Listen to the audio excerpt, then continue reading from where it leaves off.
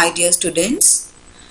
Today we will discuss about the e-content of the Cluster University of Jammu of class BA semester 4th, and the name of the core course is Educational Psychology and Pedagogy, and the topic that I am going to discuss with you is characteristics of good teaching behavior. Now we will discuss about the characteristics of good teaching behavior, and the objective of this e-content is to enable you all the learners to know about the various characteristics of good teaching behavior, which makes the teaching learning process effective. And after going through this e-content, you all will be able to recall, understand, and also able to clarify the concept regarding the characteristics of good teaching behavior. So we will discuss about these characteristics of good teaching behavior. Here we have first one that we are going to discuss with you is the main characteristics that a teacher should have is that he or she should be a good communicator. Teacher should have communication skills, because if he or she is a good communicator, he will be very comfortably and very nicely present the related content to the learners, and the learners will also very easily understand all those concepts which the teacher tried to communicate with his or her students. So the next one is effective classroom management. It includes, in this effective classroom management feature, it includes all the strategies a teacher deploys to organize and arrange the students, of course, in the classroom. जो भी strategies, जो भी methodologies एक teacher adopt करता है एक classroom को properly manage करने में, वो जो भी strategies हैं, whether they are related to the arrangement of the students, whether they are making the time management for delivering the lecture, or whether the learning material, other learning material, use of the classroom, whether all the techniques, whatever the teacher uses in the classroom, which enables the classroom to become properly managed, all these strategies are very, very important to deliver an effective lecture. अगर एक classroom properly managed है, भले ही वो teaching add से related हो, या class की timing से रिलेटेड हो, या स्टूडेंट्स की सीटिंग अरेंजमेंट से रिलेटेड हो, हर तरह की अगर जो स्ट्रैटेजी है वो अपनाई जाए एक टीचर के द्वारा in order to make the classroom properly managed, तो जो टीचर है वो अच्छे से अपना टीचिंग लर्निंग प्रोसेस जो है वो इफेक्टिव कर सकता है. Then the next one is the sensitive to students' needs. Teacher का बिहेवियर इस तरह से होना चाहिए that should always be child centered. अब child centered का क्या मतलब है कि हमें बच्चे की नीड्स को ध्यान में रखते हुए अपनी क्लास में अपना जो बिहेवियर है while टीचिंग लर्निंग प्रोसेस वो इस तरह से होना चाहिए कि जो स्टूडेंट है वो कंफर्टेबल फील करे. Comfortable in the sense that he is ready to accept the learnings whatever that has been taught by the teacher. So अगर हम students की needs, अब students की needs में भले ही उसका बच्चे का capacity, उसकी potentialities, उसका interest, उसका intention, all these things if considered by the teacher while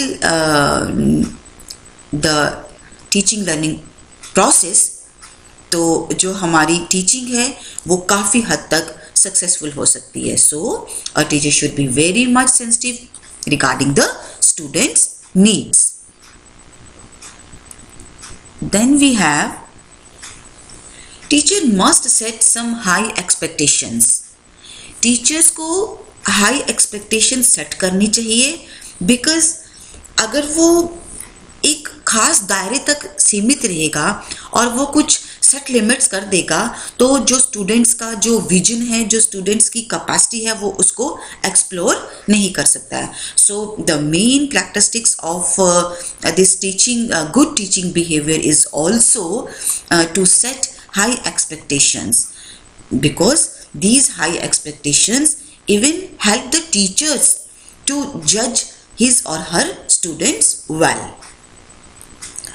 And ये जो high expectations हैं ये teachers को help करती हैं consistently challenge करने के लिए students को to do their best and to believe in themselves also. बहुत important point है ये. जब teachers हाई एक्सपेक्टेशन सेट करता है बच्चों के लिए और वो बच्चों के आगे चैलेंज रखता है, तो बच्चे भी उस चैलेंज को एक्सेप्ट करते हुए अपने में विश्वास करते हैं and they try to do their best also. The next one is practice self reflections. ये भी बहुत ज़रूरी है. टीचर को भी प्रैक्टिस करना चाहिए किस चीज़ का? सेल्फ रिफ्लेक्शंस का. उसे अपने आप को भी जज करना चाहिए एंड ही और she should also be a very critical reflector. ठीक है, वो अपने आप का एक बहुत ही क्रिटिकल रिफ्लेक्टर होना चाहिए, because these self reflections help the teachers to deeply understand the ways in which they are teaching or whatever their teaching styles. and ये जो reflections हैं ये enhance करती हैं teachers ability. so it is the most important characteristics of a good teaching behavior, because जब हम अपने आप को judge करते हैं, जब हम अपने आप को self criticize करते हैं या हम reflect करते हैं अपने behavior को critically, तो वो चीज़ें हमारे में और improvements लाती हैं for good teaching behavior. Then we have teaching strategies. Teaching strategies, new teaching strategies benefit both teacher and the learner. हमारे पास a number of teaching strategies हैं जो कि teaching learning process को बहुत ही effective कर सकती हैं. So a teacher must use a number of teaching strategies, even with the new technological gadgets also. और ये जो new teaching strategies होती हैं ये both टीचर को और टॉट को यानी कि लर्नर को, दोनों को ही उनकी लर्निंग को एनहांस करने में हेल्प करता है. No doubt there are traditional methods also, but along with those traditional methods अगर हम new modern techniques of teaching भी यूज करें तो they are much more beneficial and more effective for the teaching learning process.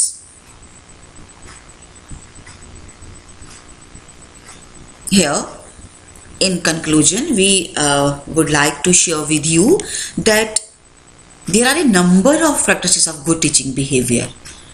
बहुत सारे characteristics हैं जो कि good teaching behavior में help करते हैं, but हम उनमें से कुछ एक इस conclusion में हम discuss करेंगे. Presentation of the content. अगर teacher का content जो है उसका presentation अच्छा है, along with the proper teaching aids, along with the properly timely management, all these things help to establish a very congenial environment in the classroom. और जो teacher करवाना चाहता है वो लर्निंग बहुत ही बेस्ट रहती है if the presentation of the content is beautiful and effective. Clear course objectives. Teacher के पास अपने कोर्स से रिलेटेड, अपने कंटेंट से रिलेटेड जो है ना ऑब्जेक्टिव्स वो क्लियर होने चाहिए. It also means that making learning goal oriented. जो भी हम लर्निंग करवा रहे हैं that should be goal oriented. क्या मतलब है? अभी सबसे पहले हमने पढ़ा कि प्रेजेंटेशन ऑफ द कंटेंट.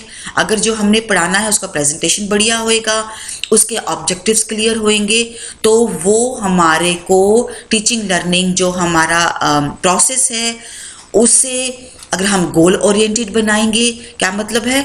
अगर हम सबसे पहले जब हम क्लास में जाते हैं और क्लास में जाके हम अपने बच्चों के साथ ये क्लियर कर दें कि आज का जो हमारा मोटिव है क्लास को पढ़ने का, उसका मेरा ये गोल है कि तुम आज इस टॉपिक को क्लियरली अंडरस्टैंड कर पाओ और तुम इसको प्रॉपरली रिकॉल कर पाओ.